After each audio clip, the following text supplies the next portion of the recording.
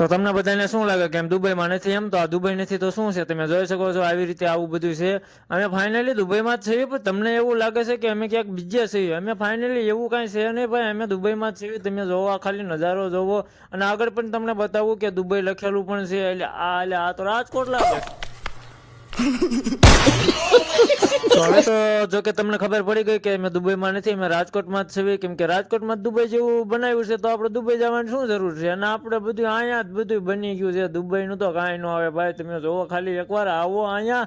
આ રંગીલું રાજકોટ છે ભાઈ, રાજકોટ.